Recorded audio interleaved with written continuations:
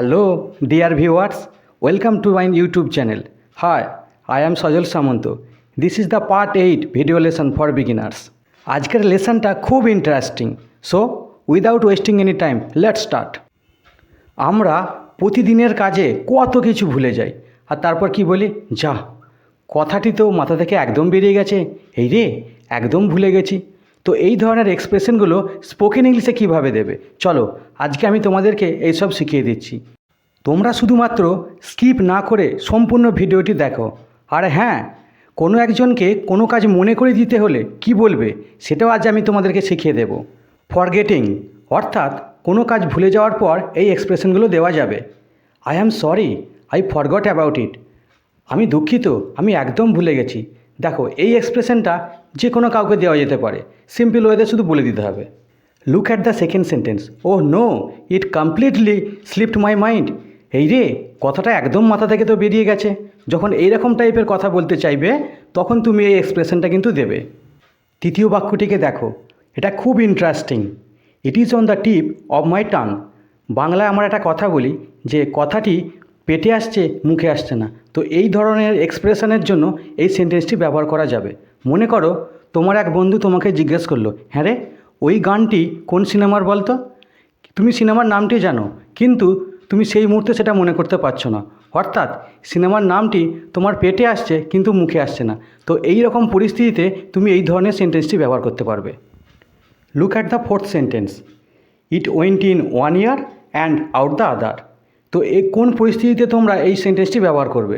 মনে করো তুমি ফোনে কোনো ভিডিও দেখছো, কোনো ইন্টারেস্টিং ভিডিও দেখছো। সেই সময় তোমার মা ঘরের মধ্যে প্রবেশ করলেন এবং তোমাকে এক গ্লাস জুস দিলেন এবং বললেন যে এটা খেয়ে নিস। তোমার তো কথাটি এক কান দিয়ে ঢুকলো, অন্য কান দিয়ে বেরিয়ে গেল। কিছুক্ষণ পর মা যখন ঘরে ঢুকে আবার বললেন, হ্যাঁ রে জুসটা খাসনি, তখন তোমার কথাটা আবার মনে পড়লো। এই রকম পরিস্থিতিতে তুমি এই ধরনের বাক্যটি ব্যবহার করতে পারবে। অর্থাৎ এর বাংলা মানে করলে হবে কোনো কথা এক কান দিয়ে ঢোকা, অন্য কান দিয়ে বেরিয়ে যাওয়া। Look at the next sentence. My memory went blank. মানে আমার মেমোরি ব্ল্যাঙ্ক হয়ে গেছে। ভালো করে বোঝার চেষ্টা করো কোন পরিস্থিতিতে তুমি এই ধরনের এক্সপ্রেশনটি ব্যবহার করবে। মনে করে একবার এক্সামিনেশন হলের কথা ভাবো তো। যখন টিচাররা কোশ্চেন পেপার দেন তখন কি মনে হয়? মনে হয় আমার মাথায় কিছু নেই, আমার মেমোরি ব্ল্যাঙ্ক হয়ে গেছে। যখন আমরা খুব নার্ভাস হয়ে যাই, যেমন ইন্টারভিউ দেওয়ার সময় বা কোনো প্রেজেন্টেশন দেওয়ার সময়, তখন আমাদের এরকম মনে হয় যে আমাদের মেমোরি পুরো ফাঁকা হয়ে গেছে, আমাদের মেমোরি ব্ল্যাঙ্ক হয়ে গেছে। তো তখনই এটা ব্যবহার করবে। Look at the last sentence. I lost the train of thought. ভালো করে বোঝার চেষ্টা করো যে কোন পরিস্থিতিতে এই এক্সপ্রেশনটা দেবে। মনে করো তুমি কিছু কথা বলছিলে, তারপর বলতে বলতে ভুলে গেলে যে কী নিয়ে কথাটা বলছিলে, বা কিছু ভাবছিলে তারপর ভুলে গেলে যে কী নিয়ে ভাবছিলে। তো এই রকম পরিস্থিতিতে তুমি এই এক্সপ্রেশনটি ব্যবহার করবে। In a word, this types of expression can be used when you have forgotten something. Please keep in mind that you will utter this sentences according to your situation. কি সব ক্লিয়ার তো? Let's move on the second topic. Welcome to the second topic. মনে করে আমার নোটবুকটা নিয়ে আসবি, বা ওকে নিমন্ত্রণ করতে ভুলে যেও না যেন। এইভাবে সারা দিন কোনো কিছু মনে করিয়ে দিতে আমরা কত কথা বলে থাকি। কিভাবে ইংরাজিতে এই বাক্যগুলি বলবে সেটাই আমি তোমাদেরকে এখন শেখাতে চলেছি। রিমাইন্ডিং অর্থাৎ কোনো কিছু মনে করিয়ে দেওয়ার জন্য এই ধরনের এক্সপ্রেশনগুলো দেওয়া যাবে। You won't forget to do it, will you? এটা করতে ভুলে যেও না যেন। You will remember to do it. এটা কিন্তু মনে করে দিও। I would like to remind you about the meeting. মিটিংয়ের ব্যাপারে আমি আপনাকে মনে করিয়ে দিতে চাই। চলো পরের দুটি বাক্যকে দেখা যাক।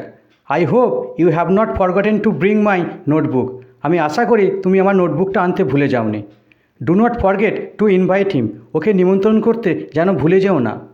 দেখো বাক্যের কিছু অংশে আন্ডারলাইন করা আছে। ওই অংশগুলিকে তোমাদের কথা অনুযায়ী তোমাদেরকে ওয়ার্ড বসিয়ে নিতে হবে, ঠিক যেমনটি আমি করে দিয়েছি। So you will give these types of expression when you want someone to remind something. Try to speak these types of sentences to get the fluency in spoken English. I am sure this video lesson will be helpful to you. So what are you waiting for? Just subscribe the channel and like the video. That's it for today. Take care of yourself. Thanks for watching. See you soon.